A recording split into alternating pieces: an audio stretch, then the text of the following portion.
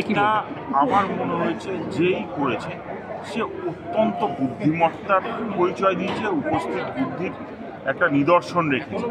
নিয়ম হলো যদি পা ভেঙে যায় সেক্ষেত্রে ভাঙা জায়গাটাকে সাপোর্ট দেওয়ার জন্য দুটো শক্ত কিছু দিয়ে পাটা ব্যান্ডেজ দিয়ে বেঁধে দিতে হয়। সেটা লাঠি হতে পারে, সেটা রড হতে পারে। উনি হাতের কাছে ছাতা পেয়েছেন, উনি ছাতা দিয়ে বেঁধে দিয়েছেন। আইডিয়াটা হলো টেম্পোরারি ইমোবিলাইজেশন ক্রিয়েট করা, যাতে পাটা না নড়ে। সেই কাজটা উনি করেছেন।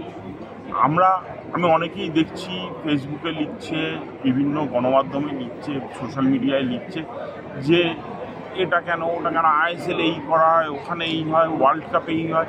ওয়ার্ল্ড কাপে কী হয় বা আইএসএলে কী হয় বা ইপিএলে কী হয় সেটা ভাবাটা কিন্তু ঠিক নয়। আমরা আমাদের সাধ্যমতো চেষ্টা করি, এবং কেউ কিন্তু আমার একটা সদুত্তর দিতে পারেনি যে এই স্পেসিফিক ইকুইপমেন্টটা এই ক্ষেত্রে ব্যবহার হওয়া উচিত ছিল। যদি আমি কথাই বলতে চাই আইএসএলের সাথে তুলনা করছি, আইএসএলের মেডিকেলের দায়িত্ব কে নেয়?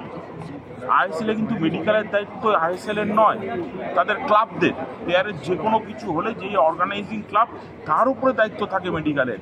আই লিগে যে কোনো অর্গানাইজিং ক্লাবের ওপরে মেডিকেলের দায়িত্ব থাকে, এআইএফএফের ওপরে থাকে না। আজকে আই লিগের যে কটা আছে, I league 1, I league 2, I league 3, সেখানে সব জায়গায় কিন্তু দায়িত্ব নিতে হয় অর্গানাইজিং ক্লাব।